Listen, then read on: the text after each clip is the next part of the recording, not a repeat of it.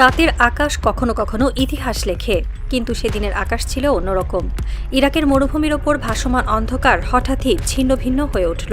দূরে একটি তীব্র আলো জ্বলে উঠল, তারপর একটি আগুনের রেখা। মুহূর্তের মধ্যে বিস্ফোরণের আলো ছড়িয়ে পড়ল আকাশ জুড়ে। সামরিক রাডারের পর্দায় একটি সংকেত হঠাৎ অদৃশ্য হয়ে গেল। কয়েক সেকেন্ড নীরবতা, তারপর কন্ট্রোল রুমে কেউ ফিসফিস করে বলল, একটি যুদ্ধবিমান পড়ে গেছে। যুদ্ধবিমানটি সাধারণ কোনো বিমান নয়, এটি ছিল বিশ্বের সবচেয়ে শক্তিশালী আক্রমণাত্মক যুদ্ধবিমানগুলোর একটি F-15 স্ট্রাইক ঈগল। ইরানের সামরিক বাহিনীর পরে একটি ভিডিও প্রকাশ করে। ভিডিওতে দেখা যায় একটি উন্নত আকাশ প্রতিরক্ষা ব্যবস্থার মাধ্যমে আকাশে থাকা লক্ষ্যবস্তু শনাক্ত করা হচ্ছে। তারপর কয়েক সেকেন্ডের মধ্যে একটি ক্ষেপণাস্ত্র ছুটে যাচ্ছে আকাশের দিকে, তারপর বিস্ফোরণ। এই দৃশ্য শুধু একটি যুদ্ধবিমান ধ্বংসের গল্প নয়, এটি ছিল একটি সংকেত। মধ্যপ্রাচ্যের যুদ্ধ নতুন পর্যায়ে প্রবেশ করেছে। আধুনিক যুদ্ধের সবচেয়ে গুরুত্বপূর্ণ দিকগুলোর একটি হলো আকাশের নিয়ন্ত্রণ। যে পক্ষ আকাশ নিয়ন্ত্রণ করে, যুদ্ধক্ষেত্রের বড় অংশই তার নিয়ন্ত্রণে চলে যায়। এ কারণেই যুক্তরাষ্ট্র বহু দশক ধরে আকাশ আধিপত্যকে তার সামরিক কৌশলের কেন্দ্রে রেখেছে। F-15 স্ট্রাইক ঈগল সেই কৌশলের অন্যতম প্রতীক। দীর্ঘ পাল্লার আক্রমণ, উন্নত রাডার, ভারী অস্ত্র বহন করার ক্ষমতা, সব মিলিয়ে এটি এমন একটি যুদ্ধবিমান যা বহু যুদ্ধক্ষেত্রে নিজেদের শক্তি প্রমাণ করেছে। কিন্তু প্রযুক্তি যত উন্নত হয়েছে, প্রতিরক্ষা ব্যবস্থাও তত শক্তিশালী হয়েছে। ইরান গত কয়েক বছরে তার আকাশ প্রতিরক্ষা ব্যবস্থাকে ব্যাপকভাবে আধুনিক করেছে। চীন ও নিজস্ব প্রযুক্তির সমন্বয়ে তারা একটি বহু স্তরীয় প্রতিরক্ষা নেটওয়ার্ক তৈরি করেছে। এই নেটওয়ার্কের মূল শক্তি হল সমন্বিত শনাক্তকরণ ব্যবস্থা। রাডার, ডেটা লিঙ্ক এবং ক্ষেপণাস্ত্র ইউনিট একসাথে কাজ করে আকাশের প্রতিটি গতিবিধি পর্যবেক্ষণ করে। এই ব্যবস্থার মাধ্যমে দূরবর্তী আকাশেও লক্ষ্যবস্তু শনাক্ত করা সম্ভব। যদি ইরানের দাবি সত্য হয়, তাহলে একটি F-15 ভূপাতিত হওয়া শুধু সামরিক ঘটনাই নয়, এটি প্রতিরক্ষা প্রযুক্তির একটি বড় পরীক্ষাও। যুদ্ধের সময় তথ্য সবসময় পরিষ্কার থাকে না। প্রায় প্রতিটি সংঘর্ষেই দুটি আলাদা গল্প তৈরি হয়। একদিকে সামরিক ঘোষণা, অন্যদিকে বাস্তবতার টুকরো টুকরো প্রমাণ। যুক্তরাষ্ট্র প্রথমে দাবি করে যে এমন কোনো ঘটনা ঘটেনি। তাদের মতে কোনো যুদ্ধবিমান ভূপাতিত হয়নি। কিন্তু যুদ্ধক্ষেত্রে কিছু বিষয় লুকানো কঠিন। কিছুক্ষণের মধ্যেই ইরাকের মরুভূমিতে অনুসন্ধান অভিযান শুরু হয়। বিভিন্ন হেলিকপ্টার এবং উদ্ধারকারী ইউনিট সেই এলাকায় ঘুরতে থাকে। যদি কোনো যুদ্ধবিমান সত্যি না পড়ে থাকে, তাহলে এত বড় অনুসন্ধান অভিযান কেন চালানো হবে? এই প্রশ্নও উঠতে শুরু করে। এই ধরনের পরিস্থিতিতে সামরিক সত্য অনেক সময় কয়েকদিন পরে স্পষ্ট হয়। কিন্তু যুদ্ধের মনস্তত্ত্বে এই ধরনের খবরের গুরুত্ব অনেক বড়। একটি যুদ্ধবিমান ধ্বংসের খবরই যুদ্ধের মনোবল বদলে দিতে পারে। ইরাকের পশ্চিমাঞ্চল বিশাল মরুভূমি। এখানে একটি যুদ্ধবিমান পড়ে গেলে তাকে খুঁজে পাওয়া সহজ নয়। এ কারণেই উদ্ধার অভিযানে সাধারণত হেলিকপ্টার, ড্রোন এবং বিশেষ বাহিনী ব্যবহার করা হয়। বিভিন্ন সূত্র অনুযায়ী ওই অঞ্চলে বেশ কয়েকটি আক্রমণ হেলিকপ্টার মোতায়েন করা হয়েছিল। তাদের কাজ ছিল সম্ভাব্য দুর্ঘটনাস্থল খুঁজে বের করা এবং পাইলটকে উদ্ধার করা। কিন্তু এই অভিযান ছিল অত্যন্ত ঝুঁকিপূর্ণ, কারণ ওই অঞ্চলের আকাশ এখন সম্পূর্ণ নিরাপদ নয়। যে প্রতিরক্ষা ব্যবস্থা একটি যুদ্ধবিমান ভূপাতিত করতে পারে, সেই ব্যবস্থার উপস্থিতিতে উদ্ধার অভিযানও ঝুঁকির মধ্যে পড়ে। এ কারণে প্রতিটি হেলিকপ্টার উড়ানো ছিল একটি হিসাব করা ঝুঁকি। মধ্যপ্রাচ্যের যুদ্ধ শুধু আকাশে নয়, মাটিতেও সমান গুরুত্বপূর্ণ। যুদ্ধ দীর্ঘ হলে সবচেয়ে বড় প্রশ্ন হয়ে দাঁড়ায় সরবরাহ। অস্ত্র, জ্বালানি, খাদ্য, সৈন্য সবকিছুর ধারাবাহিক সরবরাহ নিশ্চিত করতে হয়। এই ক্ষেত্রে হরমুজ প্রণালীর পরিস্থিতি একটি বড় ভূমিকা পালন করছে। যদি এই জলপথে অনিশ্চয়তা তৈরি হয়, তাহলে সমুদ্রপথে সরবরাহ ব্যাহত হতে পারে। এই পরিস্থিতিতে বিকল্প পথের গুরুত্ব বেড়ে যায়। তুরস্ক হয়ে ইরাকের উত্তরাঞ্চল সেই ধরনের একটি সম্ভাব্য লজিস্টিক করিডর। বিভিন্ন রিপোর্ট অনুযায়ী তুরস্কের ঘাঁটি থেকে সামরিক যান এবং সরঞ্জাম ইরাকের কুর্দি অধ্যুষিত অঞ্চলে প্রবেশ করতে শুরু করেছে। সেখানে সামরিক অবকাঠামো ব্যবহার করে নতুন সরবরাহ কেন্দ্র তৈরি করা হতে পারে। যুদ্ধের ভাষায় এটিকে বলা হয় ফরওয়ার্ড লজিস্টিক হাব। আধুনিক যুগে যুক্তরাষ্ট্রের সামরিক কৌশলের মূল শক্তি সবসময় আকাশ এবং দূরপাল্লার হামলা। বিমান বাহিনী, রণতরী, স্টিলথ যুদ্ধবিমান, ক্রুজ মিসাইল এবং ড্রোন, এই সমন্বিত শক্তি ব্যবহার করে তারা বহু যুদ্ধক্ষেত্রে দ্রুত ফলাফল অর্জন করেছে। কিন্তু বর্তমান সংঘাতে একটি জটিল বাস্তবতা ধীরে ধীরে সামনে আসছে। আকাশপথে অভিযান যত ঝুঁকিপূর্ণ হয়ে উঠছে, ততই আলোচনায় আসছে আরেকটি পুরনো কিন্তু ভয়ঙ্কর বিকল্প, স্থলযুদ্ধ। স্থলযুদ্ধ মানে শুধু সীমান্ত অতিক্রম করা নয়, এটি একটি সম্পূর্ণ সামরিক অবকাঠামোর উপর নির্ভরশীল দীর্ঘমেয়াদী অভিযান।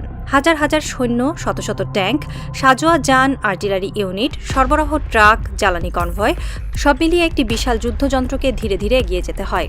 এই ধরনের অভিযান শুরু করার অর্থ হল যুদ্ধকে কয়েকদিন বা কয়েক সপ্তাহের মধ্যে শেষ করার আশা ত্যাগ করা, বরং এটি একটি দীর্ঘমেয়াদী সংঘর্ষের দিকে যাত্রা। মধ্যপ্রাচ্যের ভৌগোলিক বাস্তবতাও এখানে গুরুত্বপূর্ণ। ইরানের ভূখণ্ড বিশাল, পাহাড়ি এবং জটিল। দেশের পশ্চিমাংশ জাগ্রস পর্বতমালায় ভরা, যেখানে সরাসরি স্থল অভিযান পরিচালনা করা অত্যন্ত কঠিন। সংকীর্ণ উপত্যকা, পাহাড়ি রাস্তা এবং সীমিত প্রবেশ পথ যে কোনো আক্রমণকারী বাহিনীকে ধীর করে দেয়। সামরিক ইতিহাস দেখায় পাহাড়ি অঞ্চলে প্রতিরক্ষা বাহিনী প্রায়ই আক্রমণকারীর তুলনায় বড় সুবিধা পায়। এ কারণেই বহু সামরিক বিশ্লেষকের একটি পুরনো মন্তব্য বারবার উদ্ধৃত হয়। বলা হয়, ইরানের ভূখণ্ডে যদি কোনো শত্রু সেনা পা রাখে, তাহলে সে সেনাবাহিনীর জন্য ফিরে যাওয়া সহজ নয়। কারণ এই ভূগোল শুধু একটি দেশ নয়, এটি একটি প্রাকৃতিক দুর্গ।